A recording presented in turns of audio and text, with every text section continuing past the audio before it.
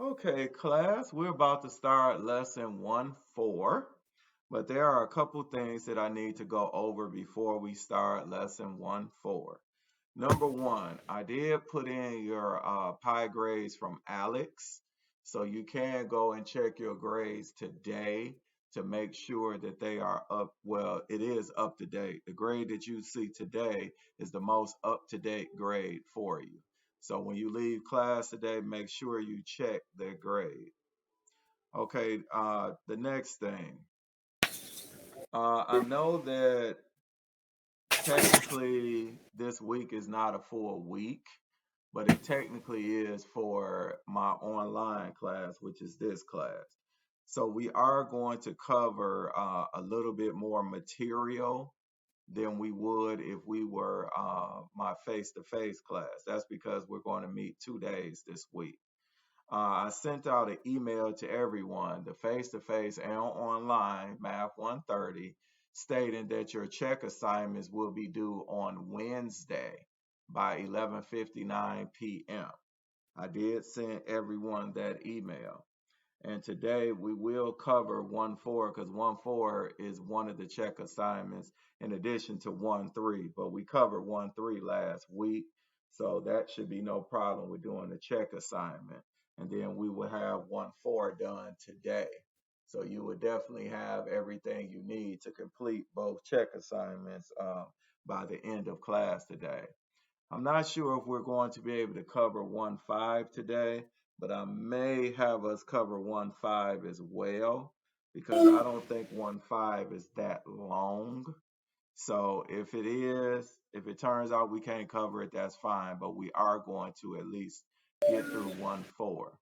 Now, I do have a question for everyone in the class. Since this was you finished your first week last week of class, I wanted to know, did you all have any questions on any of the activities that you all were supposed to do last week?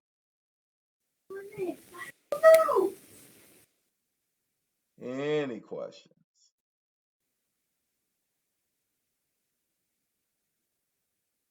Okay, did any of you watch the videos I sent?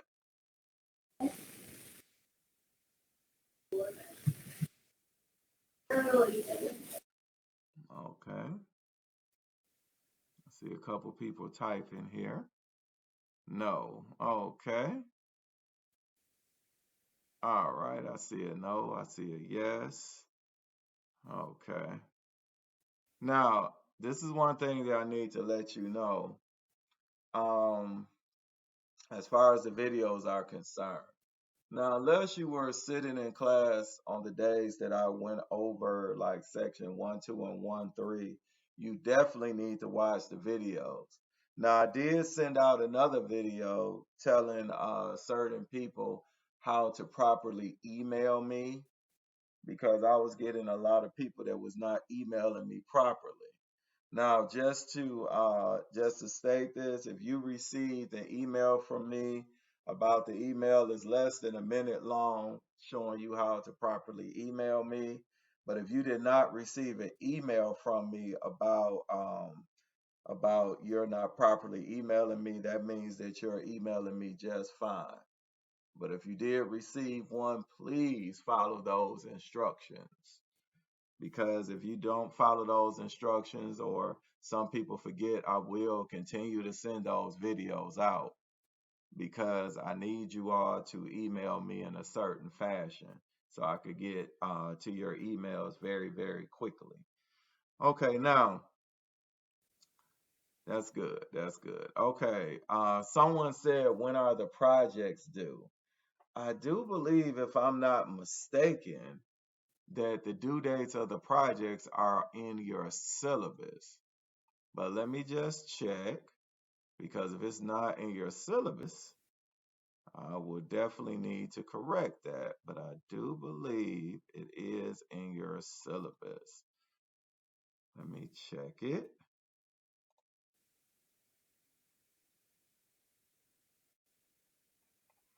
All right, just give me 1 second.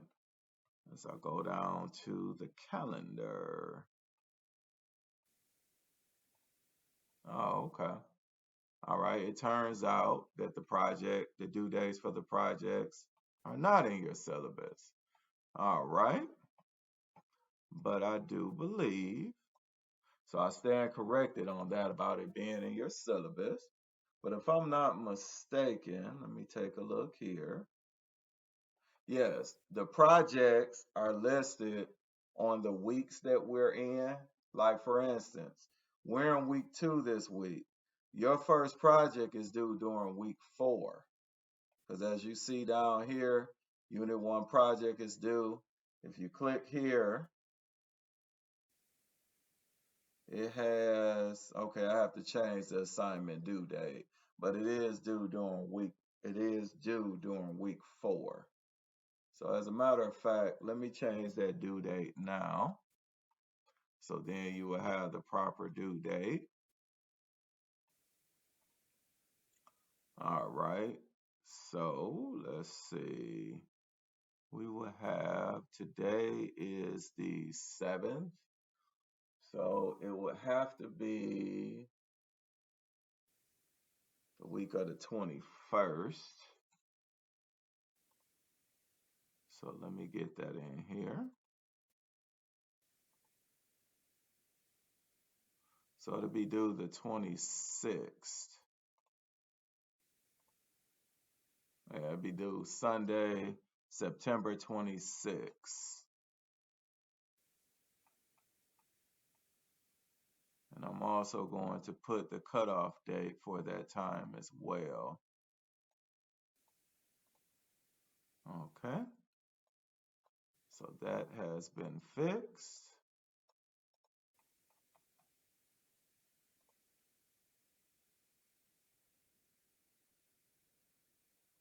All right. So just to let you all see this, because I always like for you all to see how to get to whatever it is you need. All right. And I have it on the student side here, so this is how it would look to you. If you go to week 4, it says Unit 1 project. You click on that. And the Unit 1 project is due Sunday, September 26th by 11:59 p.m. So that would be your first project. All right, now I see I have a couple more questions in the chat. Let me answer those and then we will get to today's lesson. Let's see. It says, what page is lesson 1-4 on in the workbook? It's on page 59. I'll scoot this here. It's on page 59 in the workbook. That's where 1-4 starts at. As a matter of fact, I may actually have to make this a little larger because I forgot for your lesson check, you will need to know the page number. So let me expand this a little bit. Yeah, I think that'll be good. And as we need the calculator, I will incorporate the calculator. As a matter of fact, let me just make this whole page this size here. And then when we need the calculator, I will put the calculator in there. So, okay.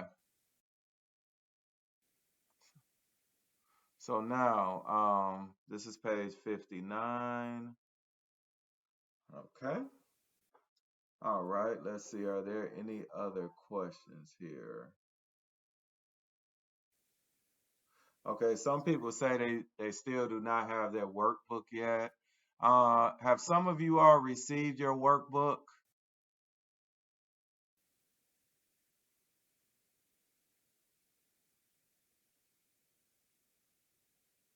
Okay.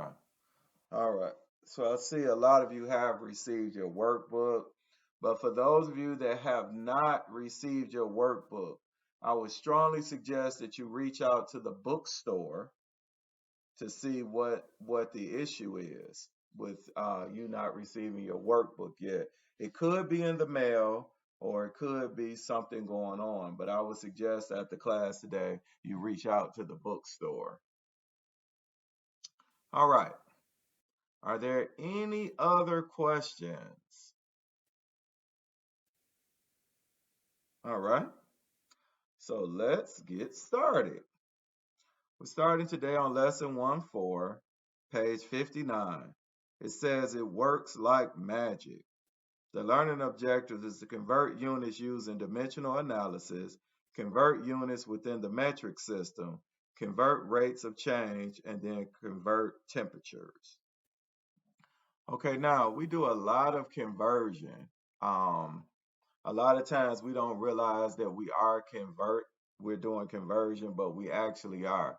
Just using, for instance, when you talk about money, I mean, we know that basically, we know that a dollar is the same thing as saying 10 dimes or 20 nickels,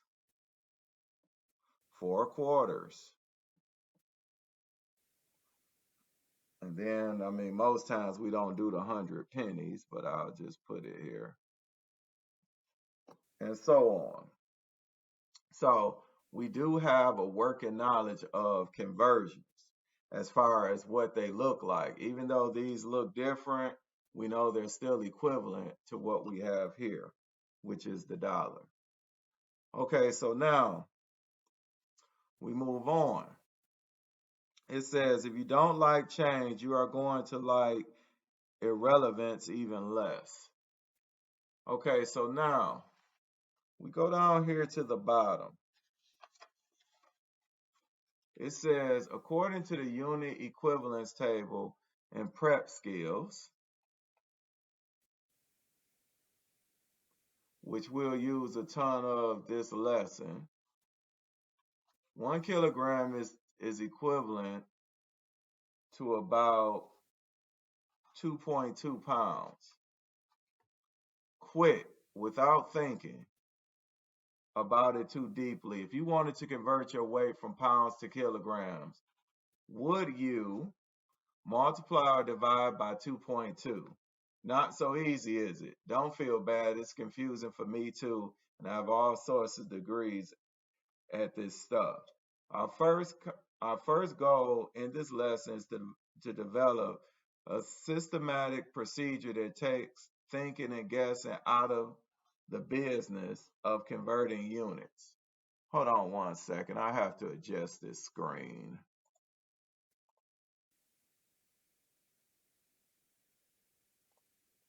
Okay, class, I adjusted the screen. So let me reread this. According to the unit equivalence table in the prep skills, which we'll use a ton in this lesson, 1 kilogram is equivalent to about 2.2 pounds. Quick without thinking about it too deeply. If you wanted to convert your weight from pounds to kilograms, would you multiply or divide by 2.2? Not so easy, is it? Don't feel bad. It's confusing for me too, and I have all sorts of degrees and stuff.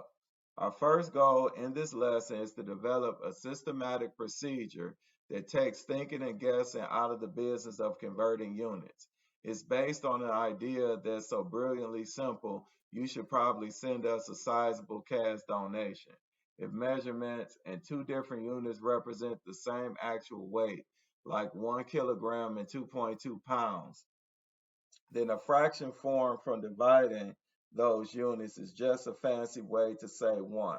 In other words, 1 kilogram and 2.2 pounds are different ways to express the exact same amount. So 1 kilogram divided by 2.2 pounds and 2.2 pounds over 1 kilograms are both equal to 1.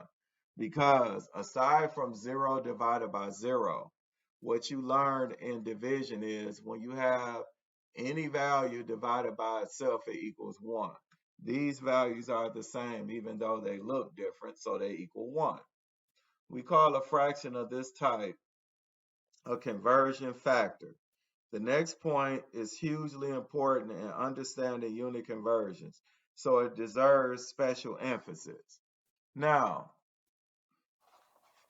it says here, the key idea of converting units, multiplying any measurement by a conversion factor won't change the size of the measurement because we're just multiplying by 1, but it will change the units for the measurement. So basically what this is saying is the value of the measurement is not going to change, but the units are. So now we move on to the next page. It says our clever procedure for converting units will be to multiply by 1 or more conversion factors in a way that the units we don't want will divide out and leave behind the units we do want. The plan is to start with a solved example of how dimensional analysis works. Then have you try some examples on your own. Okay, now it says converting from inches to feet. All right, we looked at solve example 1. I'm not going to go through all of this, but basically this is telling you here that if you had 204 inches and you wanted to change it to feet, you had 204 inches times 1 foot over 12 inches because 12 inches in a foot are equivalents, and this is your conversion factor. But you have to decide which one to use. And the easiest way to decide is this here. Since we know that we want to change inches to feet here, that means that this inch here would be in our numerator because this value is the same as dividing by 1. So our inches from our conversion factor must be in our denominator because remember, they're supposed to simplify each other out. So this will leave us with 204 over 12, and feet would be the only units left. And that's actually shown later on down here. But they did not put it over 1, but I like putting it over 1 so it'll be a fraction times a fraction. So as you see here, 204 feet divided by 12 gave us 17 feet. I'm kind of lost on that. Okay, you said you're kind of lost. Okay, where are you lost at? A little bit like the whole thing. Like, okay, so I'm lost in the conversion, I guess. Can you go over that again? Okay, what I would do is this here. I am going to go over it again, but what I'm going to do, I'm going to go over it in an actual problem that you're supposed to do. Okay? Okay. Okay. Thank you. All right, no problem. No problem. And what I will do too, Samantha, I will when I get to the problem that we're actually doing the conversion, then I will tell you that this is the answer to your previous question, okay? Okay. Thank you. Okay, no problem. All right. If we go back up here on page 61, it says write two different conversion factors based on the fact that 1 liter is equivalent to 1,000 milliliters. So what they want you to do, they want you to write these equivalent fractions. 1 liter over 1,000 milliliters. That's one of the conversion factors. Or you could have the 1,000 milliliters all over 1 liter. And both of these are equal to 1. Okay, now it says there are 2 ways we could multiply our measurement of 450 milliliters by a conversion factor. Okay, so they show here, we have our 2 conversion factors here. They show us multiplying the 450 milliliters by both of these conversion factors. Okay, it says which of these 2 calculations correctly eliminates milliliters and leave behind liters. Okay, now, Samantha, what I'm about to show basically is the answer to the question you have. Now, Okay. since we have 450 milliliters, and remember, we're trying to get the liters here, we're going to put this over 1 to make it a fraction. Now, to determine which conversion factor we use, since milliliters is in our numerator, milliliters must be in our denominator, so they would cancel each other out. Do you follow that? Yes. Okay, and since milliliters is in our denominator, that means liters must be in our numerator. Okay. Now, all we have to do now is go up to our conversion factor and see which one has the liters in the numerator and milliliters in the denominator, which would be this first one. So we know this would be 1, and this would be 1,000. Does everyone Okay. follow that? Yeah. Thank you. No problem. Now, I'm going to solve this because, I just want to go through the whole process. Now, you can do this just to show it without doing cross simplifying. If we have 450 times 1, we know that's 450. We bring over the milliliters and we also bring over the liters. And I'm going to just put a space in between them. All over 1 times 1,000 is 1,000. And then we only have milliliters here. Now, when we do division, we know the same will simplify each other out, correct? So now all we're left with is the units of liters. So we have 450 over 1,000, and that's all liters. Now, are there any questions so far? All right, now I'm going to pull up the Desmos calculator and type in the 450 divided by 1,000. And we could leave it as a fraction. So we would have 9 over 20. So this will give us 9 over 20 liters. Now the L, since this is going to be in the units of liters, it can either go in the numerator or in the middle. It cannot go in the denominator in this case. So does everyone understand number 2? Anyone have any questions on number 2?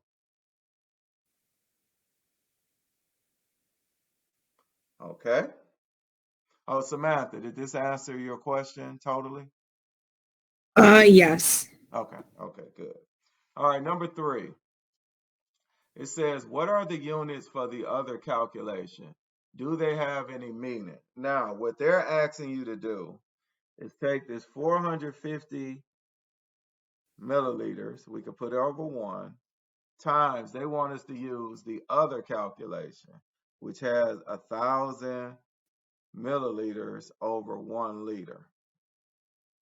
Now, if we multiply this across, first of all, we would have, 4 zeros?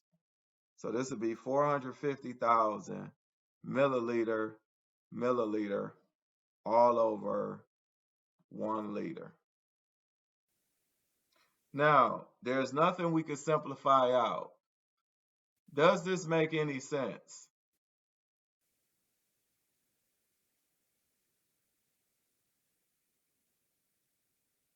Okay, I see someone typing.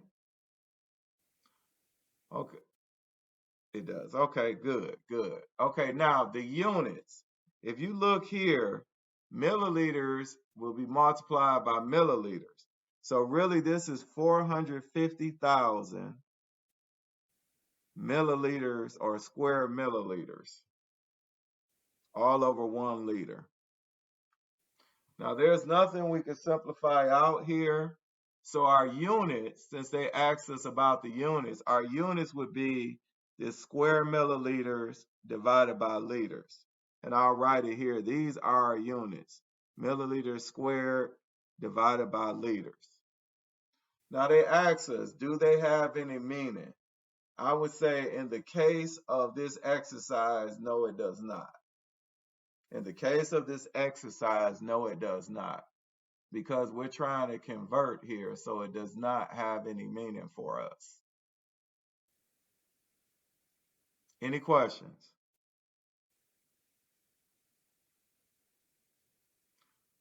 Now it says number 4. So how many liters of magic potion are in the beaker? All right, we already figured that out here, but I'm going to rewrite it. They wanted us, we have 450 milliliters over 1 multiplied by 1 liter over 1,000 milliliters. So we multiply straight across, it'll be 450 milliliters times liters all over 1,000 milliliters. The milliliters will simplify each other out. So it'll be 450 liters all over 1,000. When we put that in our calculator, it'll give us 9/20 of a liter. So that's how many liters of magic potion that's in this beaker. All right, now we go down here to number 5. It says, according to our handy dandy conversion chart, 1 gallon is approximately equivalent to 3.79 liters. Write 2 different conversion factors based on this fun fact. So we'll do 1 gallon, and we'll abbreviate the gallon, over 3.79 liters. Or we add 3.79 liters all over 1 gallon.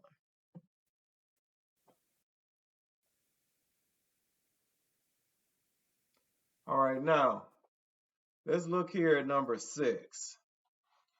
It says use one of the 2 conversion factors to convert your answer from question 4 into gallons. They want question 4 into gallons. So basically, our answer from question 4 was 9/20 of a liter. Now, can someone tell me which conversion factor would we use in order to solve this? Which one of these 2? No. 3.79 liters over 1 gallon. Okay, good guess, good guess. But let's go back here. Remember how we had milliliters here, right? Where's the milliliters in the conversion factor? Do you all see that? You got milliliters in the numerator, but your conversion factor, milliliters, have to be in the denominator, right? Okay. Now we come here. Liters, remember I told you this liters is either at the top or the middle. It's not at the bottom. So we would say liters is in the top. So that means liters must be down here at the bottom and gallons must be in the numerator. So the one that has that is the first one. So it'll be 1 gallon over 3.79 liters. Does everyone follow that? Okay, now the liters will simplify each other out. We could do some cross simplifying here. So 9 times 1 is 9 all over 20 times 3.79 will give us, what's that, 75.8.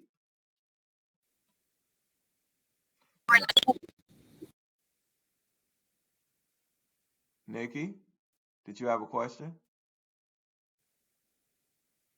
No, I was kicked off and I just signed back in. Oh, okay. Okay, glad to have you back.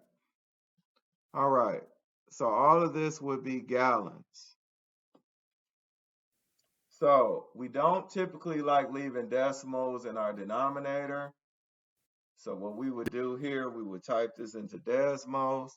We add 9 divided by 75.8, and it gives us this long decimal. And we do a fraction here. So it'll be 45 over 379 gallons. Now I'm just leaving this as fractions because we haven't been asked yet to basically put this as a decimal. So I just leave it as a fraction. All right, are there any questions before we move on?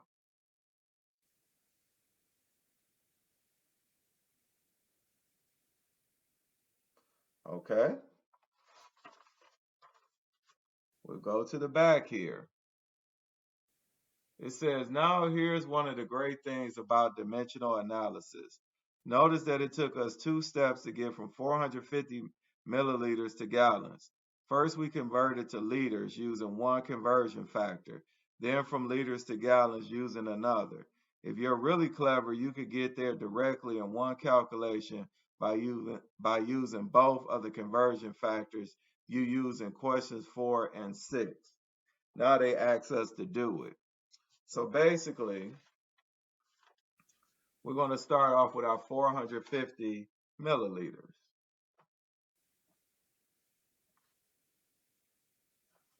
Okay, now, they're basically asking us because remember in our last problem, which I'll refer back to, our last problem we ended up with gallons. So basically, we're being asked to go from milliliters to gallons. So basically, we know that 1 liter is equivalent to 1,000 milliliters. So this would get rid of our milliliters. Now, again, we're trying to get the gallons. Is 1 gallon is equal to, what was that? 3.79 liters.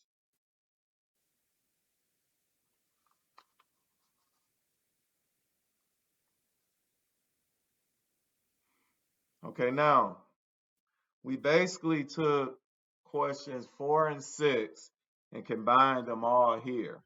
So if you notice, milliliters will go and liters will also go. So the only unit of measure we have here is gallons.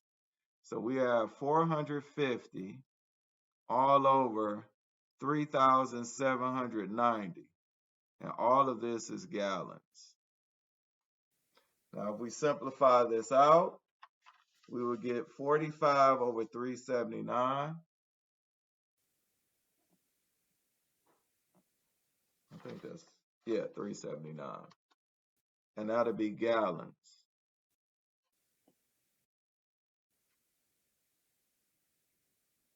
Are there any questions?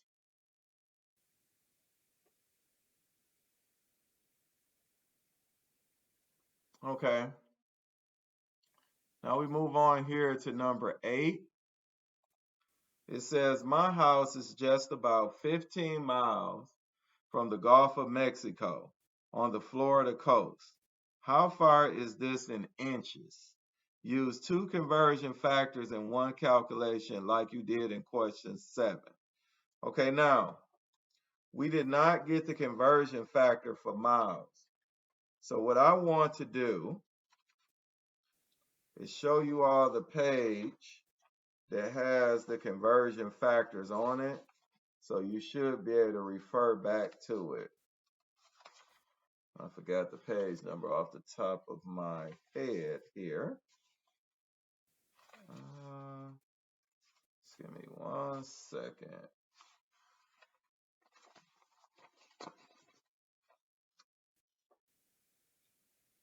All right.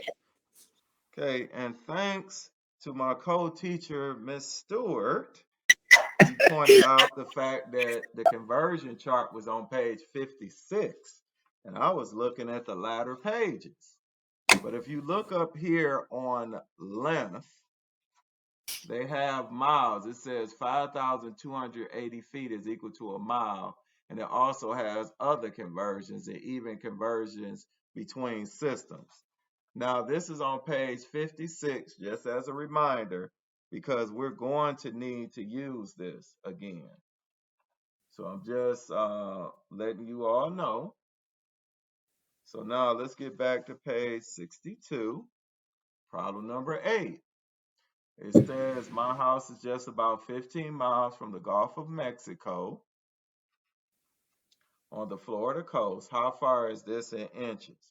So first thing, we have 15 miles. Now we know feet comes before inches when we're going from miles. So we should change these miles to feet. So it's 5,280 feet is equal to 1 mile. Because remember, you have miles in the numerator, you would need miles in the denominator as well. Okay, now, we have to change feet to inches. Now remember, it's 12 inches and 1 foot. And that's because feet is in the numerator, feet must be in the denominator. So now we could go through and start simplifying out the units. So miles, we'll go with miles. Feet, we'll go with feet. So now all we're left with is inches. So all this would be over 1, and we know our final answer would be in inches. So now we need the Desmos calculator, or you could do it by hand, whichever one you choose. And we will have 15 times, what's that, 5,280. And then times 12. So that's 950,400. Now that is a lot of inches. So this would be 950,400 inches. Because as we see here is divided by 1. So this here would be our final answer. Are there any questions?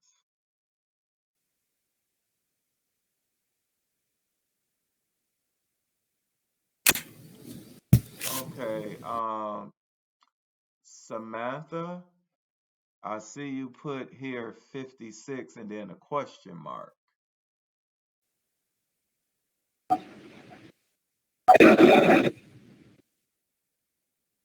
I think she was looking for your page for the conversions. Yeah, she was trying to help find them. Okay. Thank you, Samantha. Thank you very much. Thank you so much.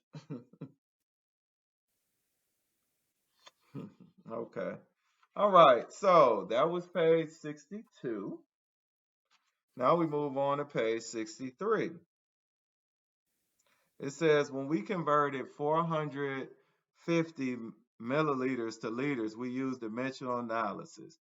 But it turns out that we could have just moved the decimal point. Now, this here, they're talking about changing the milliliters to liters, and we're going to get into moving the decimal point with those in just a second.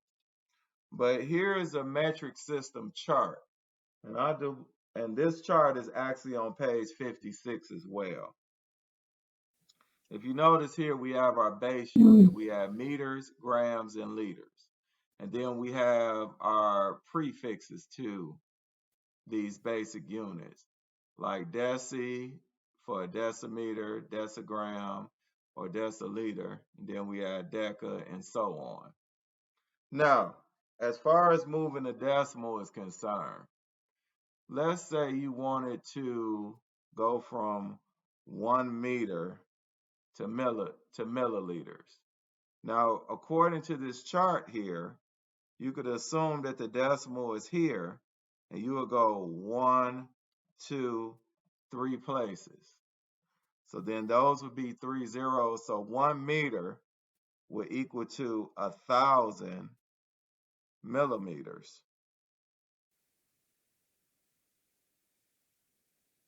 Does everyone follow that?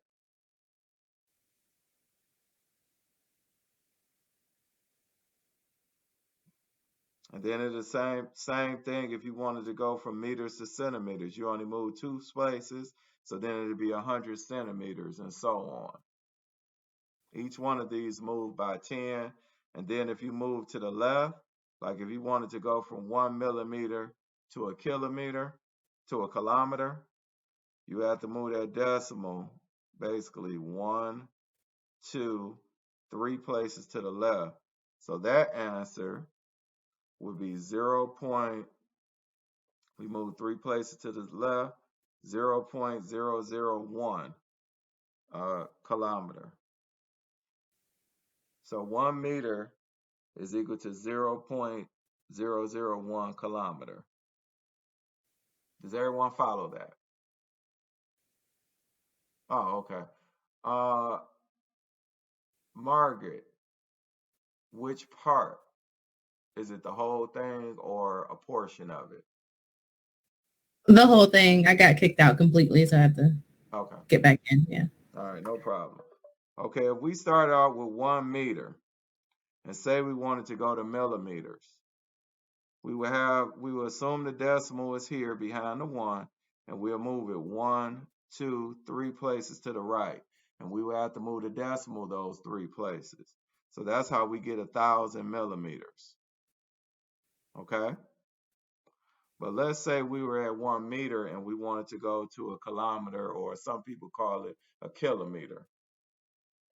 Decimal is here. We'll move it 1, 2, 3 places to the left, and it will give us 0.001 kilometer. Any questions?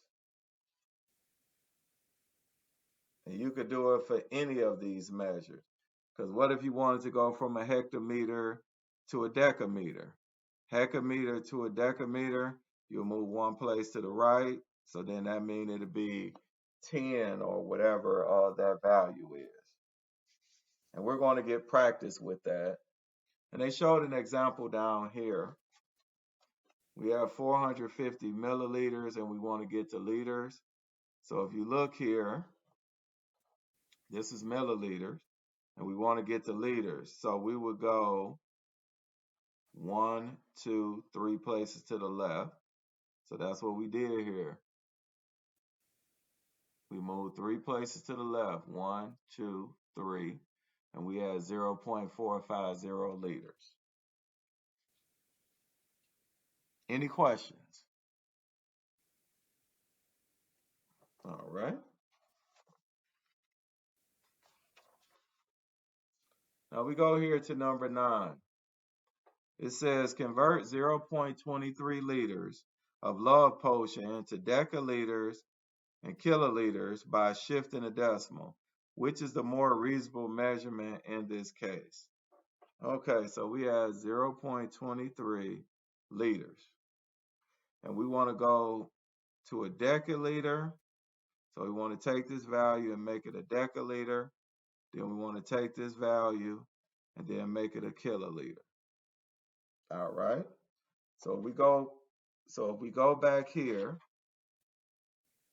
I guess I should say deciliter. So we go back here, we want to take this liter and we want to go to deciliter. If we look here, we're only moving 1 place to the right. So that means we will move this 1 place to the right and it'll be 2.3 deciliters. Now for kiloliters, so we want to go from liters to kiloliters. So we'll move 1, 2, 3 places to the left. So we'll go 1, 2, 3 places to the left. So it'd be 0.00023 kiloliters. Now they ask us here, which is the more reasonable measurement in this case? And then we know 2.3 deciliters look a little bit more reasonable than 0.0023 kiloliters. So I would say the deciliters. Any questions? All right. Now we move here to number 10. It says Dr. Fell's potion also comes in a 0.75 gallon container. Convert this to cubic centimeters using equivalents in the prep skills table and dimensional analysis. Hence, you will also need to know that 1 cubic centimeter cc is equal to 1 milliliter. So we want to take 0.75 gallons and we want to convert that to cubic centimeters. Okay, so now if we look back here on page 56,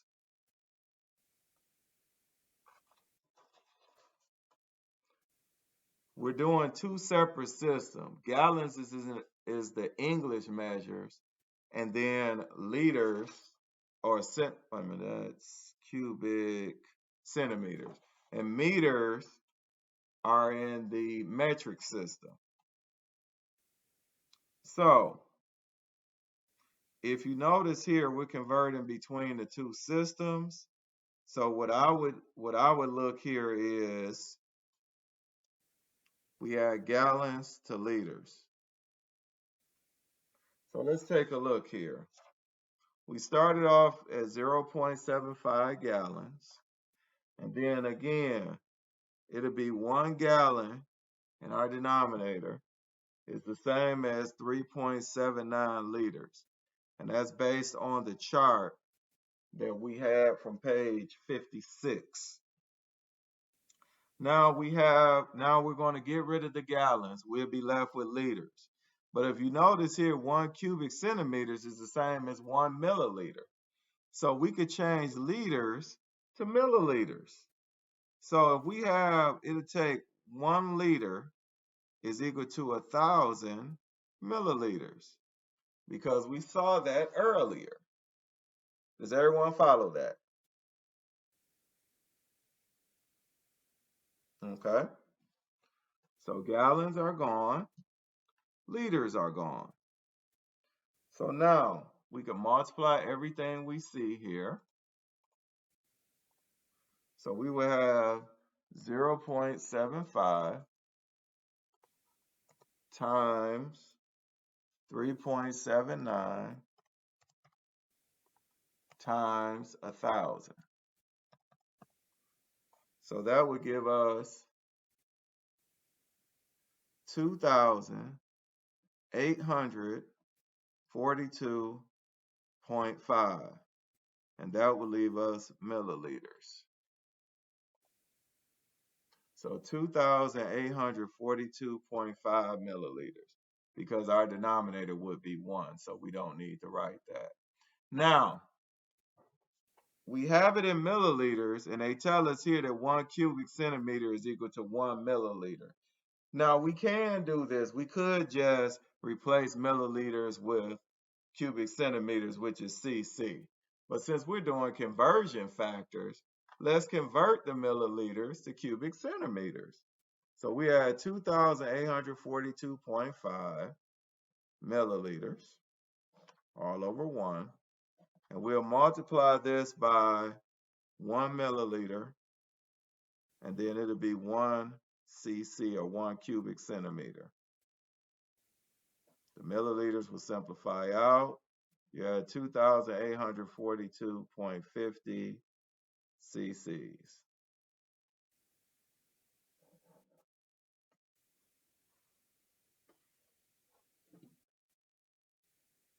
Okay. Now we come down here to number 11. It says, now here's a key idea. Another way to write cubic centimeters is centimeters cubed, or cm times cm times cm. We can use this idea to convert units of volume. According to the table of equivalents, 1 inch is equal to 2.54 centimeters. What is the result of the following calculation? Pay close attention to the units. Okay, now, if we put this over 1, this is cubic centimeters. In our denominator, don't we have 3 that are centimeters? So cubic centimeters is the same as writing centimeters 3 times. So we'll get rid of all of these centimeters.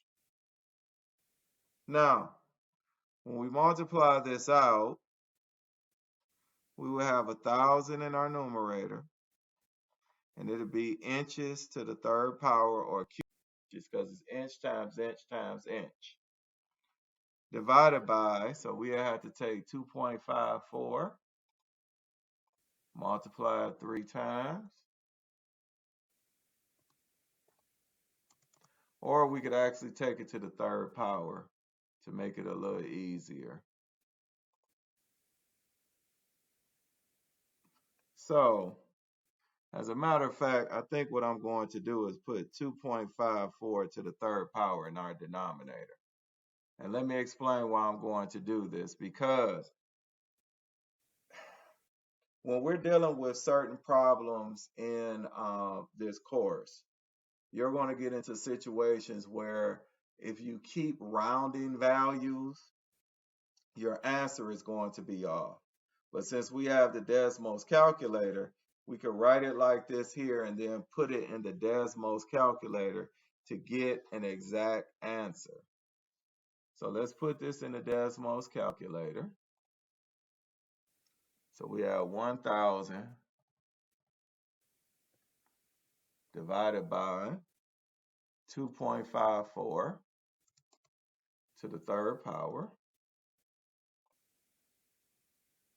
And then we could round this to, let's just go 2 decimal places, 61.02 cubic inches. So it'd be 61.02 cubic inches. Now I put the squiggly lines here to notate that we actually rounded.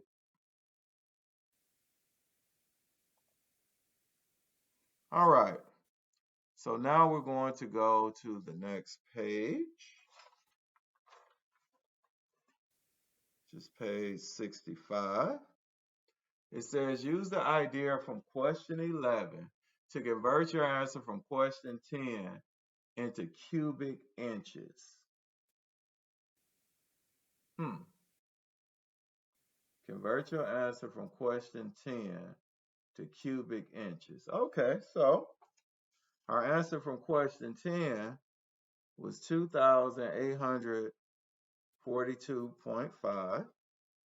And they want us to convert this to cubic inches. Remember, this was cubic centimeters. And they want us to convert this to cubic inches. All right. Well, we're going to put this over 1. We're going to refer back to page 56. And we're going to go down where we're converting between systems. And we want to look at centimeters to inches. 2.5 centimeters is equal to 1 inch. So we would have times 2.54 centimeters in our denominator and 1 inch in our numerator.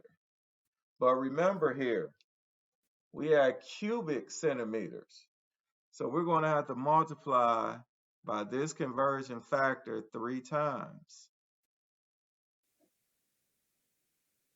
Because remember, we want to get rid of the cubic centimeters. So now the cubic centimeters would go, and all of these centimeters would go as well. So in our numerator, we're at 2,842.5 cubic inches all over.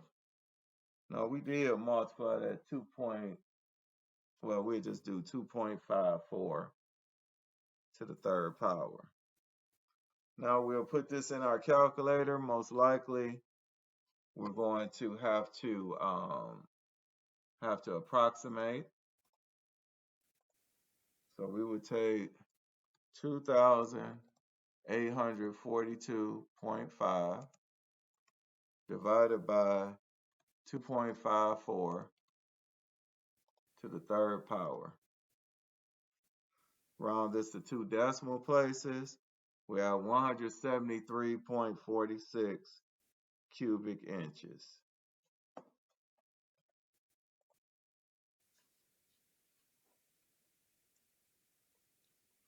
Now 13.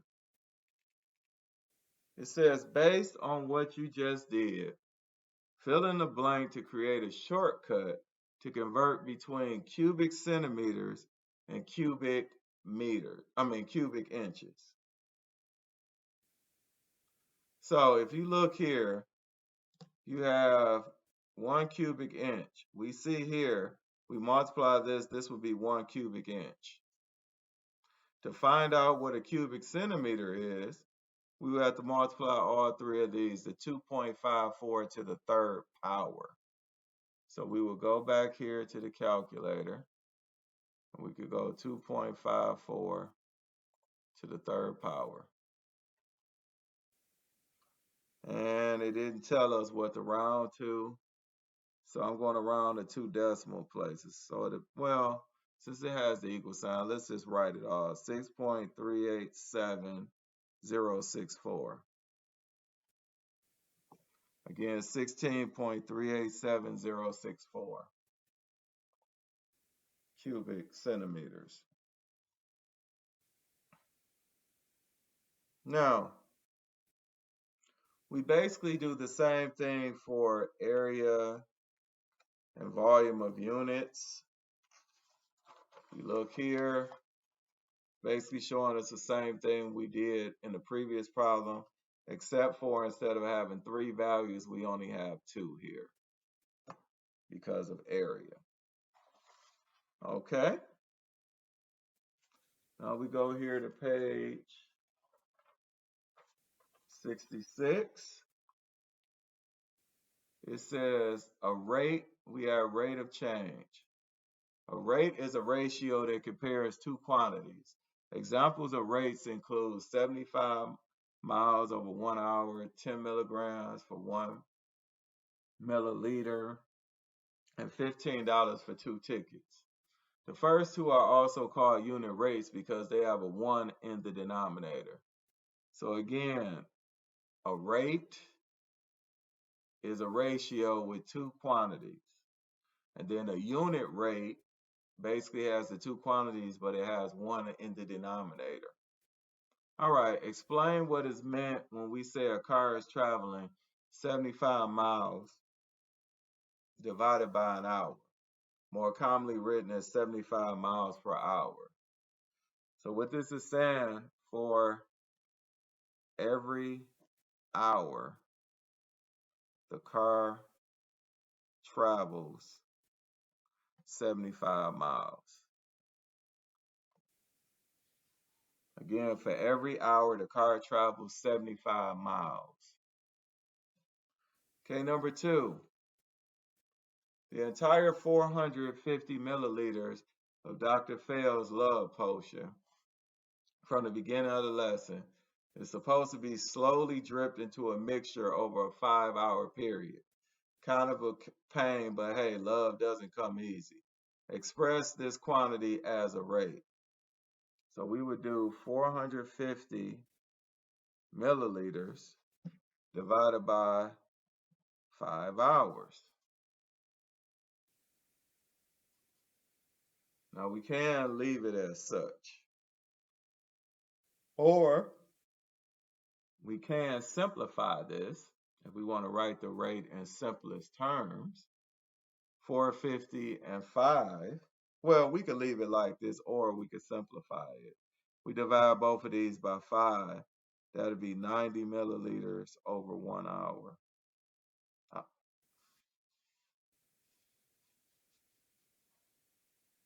So now it says here for number 3, it says simplify the rate you wrote in question 2 so that it's a unit rate. So basically, let me take this out. This should be here. They wanted you to leave it without simplifying it.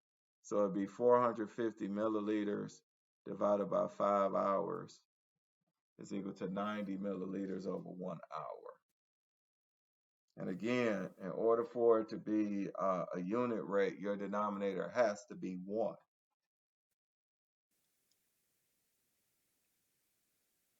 Okay, now we look here at problem number 4. It says it might seem like it would be really complicated to convert this rate into liters per minute, but dimensional analysis will save the day. If we're going to end up with liters per minute, we'll need to get rid of milliliters in the numerator and replace it with liters. We'll need to get rid of hour in the denominator and replace it with minutes. This can be accomplished in one calculation if we multiply by 2 different conversion factors that eliminate the unwanted units, just like we did in the class portion. Do that now. Focus on putting the units you want to eliminate on the opposite side of the fraction when writing your conversion factors. Write your answer in decimal and scientific notation. Okay, now first of all,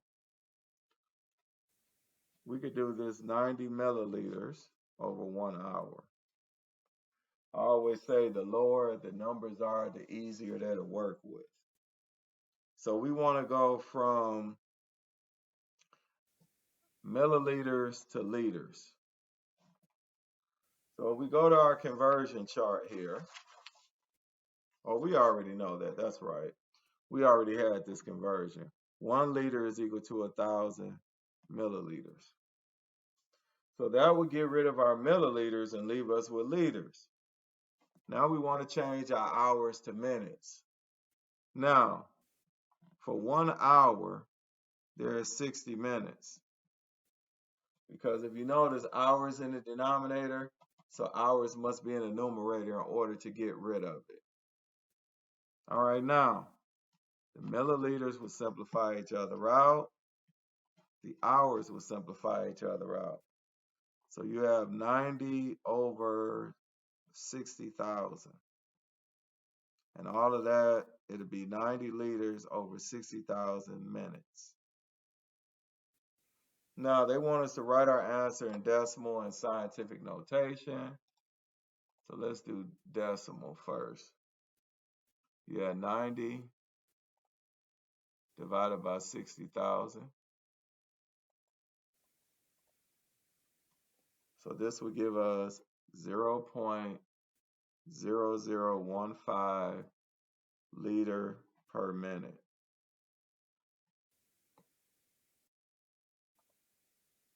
.0015 liters per minute. Okay, now they want our answer in decimal and scientific notation. So if we do scientific notation, remember with scientific notation, we can only have 1 digit in front of the decimal that's not 0. So we would have to move this decimal 1, 2, 3 places to the right. So this would be 1.5 times 10, because we know scientific notation is multiplied by 10 to some power. And since we move the decimal 3 places to the right, this would be taken to a -3 power. So it'd be 1.5 times 10 to the -3 power liters per minute.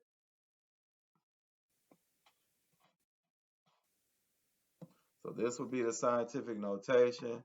This would be your regular answer here, your decimal notation. All right. So we move on here. It says, unlike other unit conversions, temperature conversions are done using a formula. We'll get a quick look at why in a bit. There are 2 common temperature units for everyday use: degrees Fahrenheit in the English system and degrees Celsius in the metric system. There's a third unit often used in science, particularly chemistry, known as degrees Kelvin. While in production, a love potion needs to be kept below 400 Kelvin at all times. The thermometer on the most recent batch currently reads 200 degrees Fahrenheit. One of the formulas provided will convert that temperature to degrees Celsius. Which formula would you use and why? Okay, so we have 200 degrees Fahrenheit. So we know what F is equal to. But if we put in F here, we have to manipulate this to get C by itself.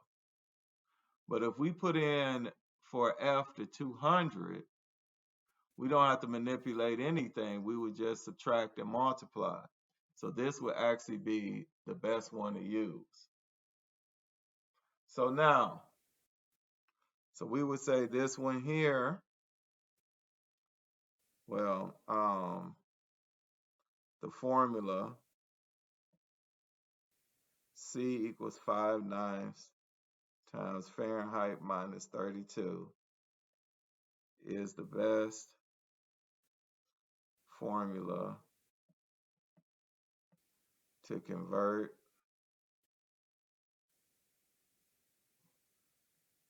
Fahrenheit, I'll just put F, to Celsius, because C is by itself already, or C is by itself. And that's the reason. You still would get the same answer, but since C is by itself, it'll be a little easier to use that. So now they want us to use this appropriate formula. So it's C equals 5/9 times F minus 32. So it'd be C equals 5/9. The Fahrenheit is 200 minus 32. So I have 5/9. 200 minus 32 is 168. So we could put that over 1. We could put this in decimals.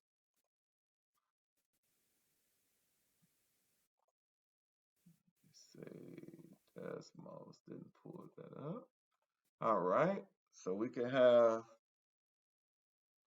5 divided by 9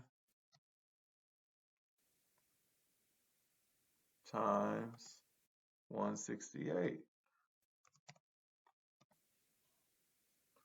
So now they give us 93. We're round to 1 decimal place.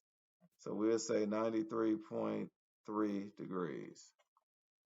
That's how much it'll be in Celsius, 93.3 degrees. All right, now, number 7. It says use one of the two formulas provided to convert that temperature to Kelvin. Explain why you chose that formula. Will the batch of love potion be ruined? Okay, so we got the Celsius is equal to Kelvin minus 273.15, or Kelvin is equal to Celsius plus 273.15. So I would think we would use this formula here, because all we have to do is substitute in for Celsius and then just add. So K is equal to 93.3 plus 273.15. Now listen, because this problem started off with 2 digits behind the decimal, I'll round this to 2 digits behind the decimal. So it'd be 93.33. So when we add these up,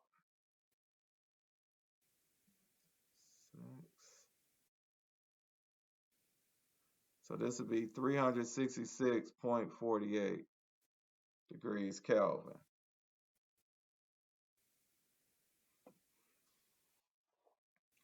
All right. Now, they asked, would the batch of love potion be ruined? I don't see anywhere. Oh, it said that it has to be kept below 400 degrees Kelvin, or 400 Kelvin. So I don't need the degree symbol. This is under 400 Kelvin. So no, the potion is fine.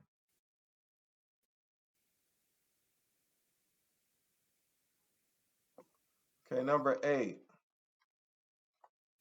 It says use a calculator or spreadsheet along with an appropriate formula to complete the table, which compares Fahrenheit and Celsius temperature. Okay, so it says they give us degrees Celsius to degrees Fahrenheit. All right, so this is what I want to do.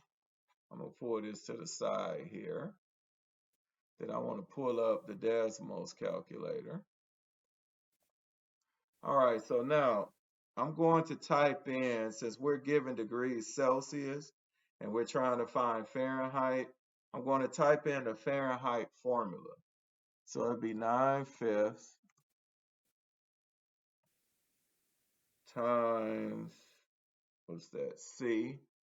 But this time I'm going to put X for C, and I'll show you why. 9/5 X plus 32. Now remember, in this case, X represents the Celsius. So we'll go up here to this wheel, click on the wheel, and we'll come down here to the formula and we'll click on the table. Now, if you notice here, when we put in values in this table, it gives us numbers here. Like for 0, They want us to put what 0 is. 0 is 32. So now we can put in 10. We put in 10 is 50. Then we can put in 20. 68. Then 30 is 86. Oh, okay. I think, okay, 40. It's 104. 50. It's 122. Might as well finish this out. 60, 70, 80, 90, all the way up to 100. So let me put these values in. We have 140, 158, 176, 194, and 212. Okay, so those are the conversions, and this is how you would do this in Desmos as well. Okay, now I'm gonna move over here. Okay, it says the top line of the table gives a clue to why dimensional analysis can't be used to convert temperatures. Zeros in the Celsius scale doesn't correspond to 0 in the Fahrenheit scale. There is no way you could convert 0 to 32 using the dimensional analysis because the only operation we use is multiplication, and you can't multiply 0 by a conversion factor and get 32.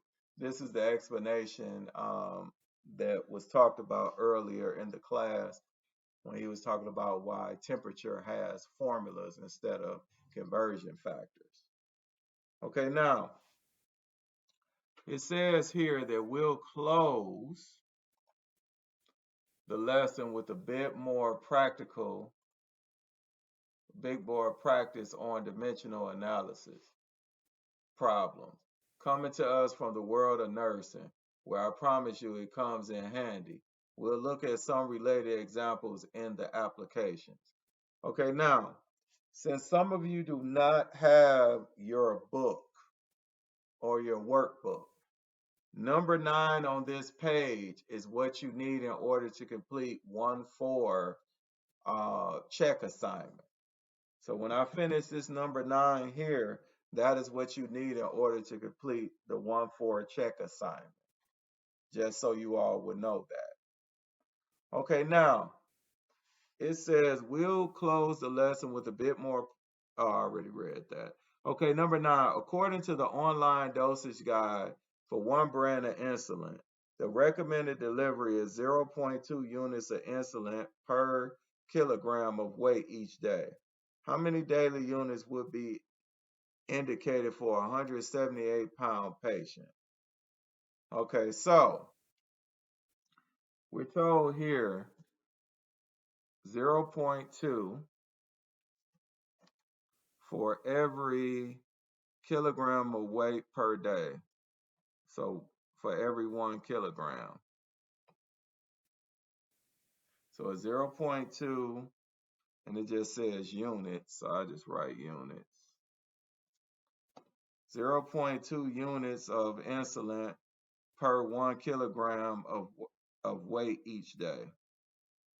Okay, so we have a 178-pound person. So this would be our conversion factor. But first, what we need to do, since we have a 178-pound person, we go to our table here and we look between the systems here.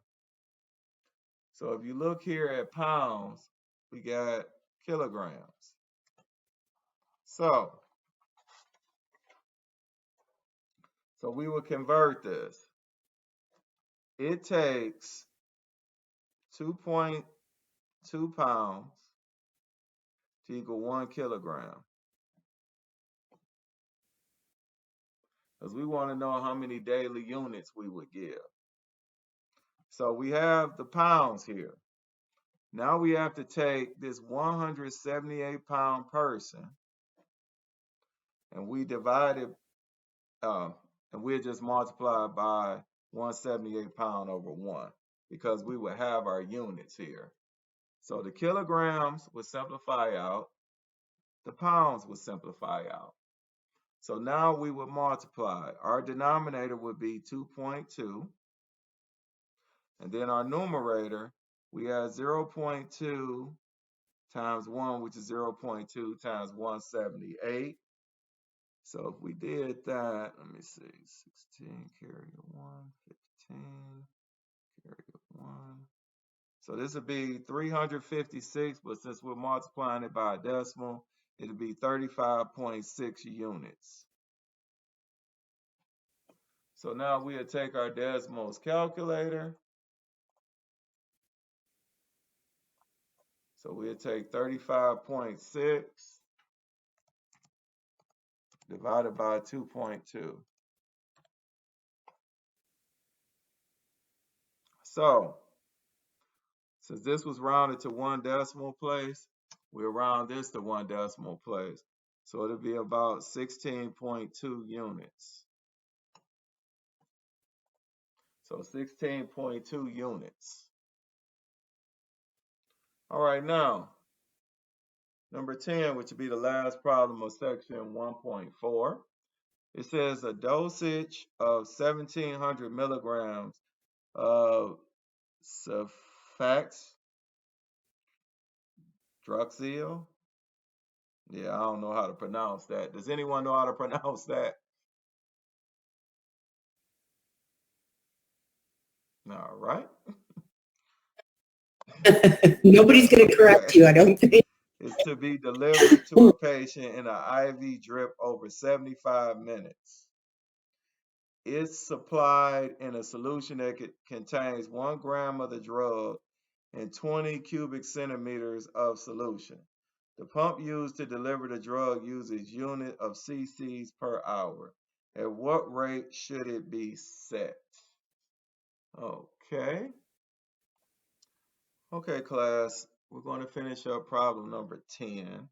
It says a dosage of 17 milligrams of the Cefoxitrel, or whatever it is to be delivered to a patient in an IV drip over 75 minutes.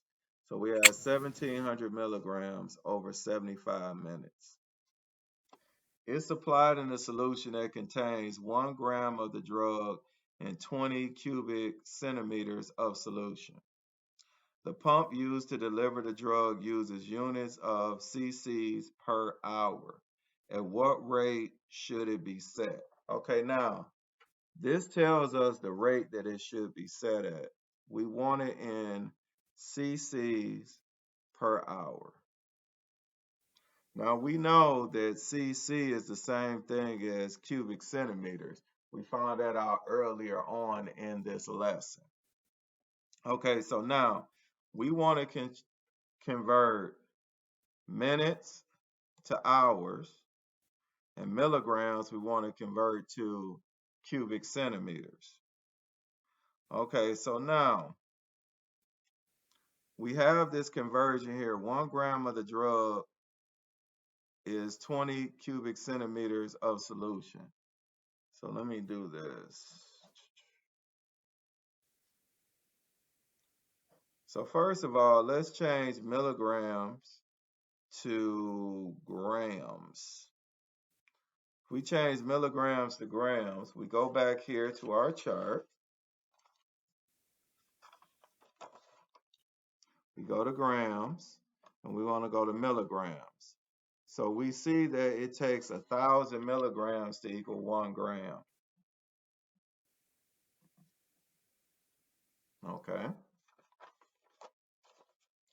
Now, we would take our next step. They tell us that 1 gram of the drug in 20 cubic centimeters. So we're going to change this milligram to grams. And then we have 1 gram of the drug is equal to 20 cubic centimeters or 20 cc's. Does everyone follow that so far? So this is how we would get our cc's in our numerator, because we know cubic centimeters is the same as cc's. So now we took care of that part. Now we got to change these minutes to hours. We know it takes 60 minutes to equal to 1 hour. All right, so now all we have to do now is go through, get rid of these units, milligrams, minutes, and also the grams. And now we'll be left with our cubic centimeters, which is our cc's, and our hours. So we have to take our calculator. So we will have 1,700 times 20 times 60.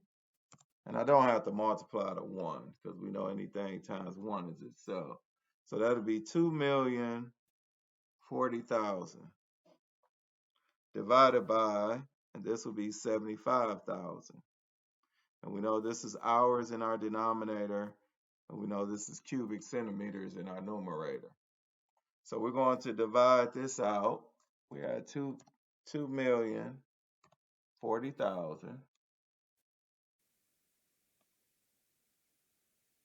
divided by 75,000. So this will give us 27.2, and then this will be cc's per hour. So we'll need 27.2 cc's per hour. Any questions?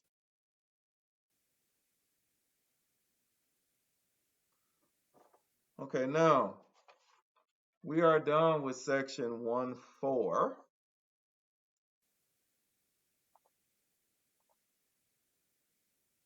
Okay, we don't have enough time to do lesson 1.5, but I do have a question for you all. Do you all have any questions? Any questions? Again, as far as the check for lesson 1.4, it's on page, I believe that was 68. It's page 68, problem number 9. And then also 1.3 and 1.4 check is due Wednesday, which is tomorrow by 11:59 p.m. So please make sure that you get that completed. And I believe that's basically it, unless you all have any questions. Ms. Stewart? Yes, I'm right here. I was just going to say, sometimes conversions can be a little overwhelming at the beginning, so I have plenty of practice for us tomorrow. And please come with any questions on any of your homework or quizzes from Alex. They can have quite a few conversion problems in them as well. So we will have practice. Okay, great. Okay, well, if everyone does not have any questions, then we are done for today. And you all have a great day, and please keep up with your homework and check your grade because your most updated grade is in right now. Good. And I hope to see everyone tomorrow. Bye-bye.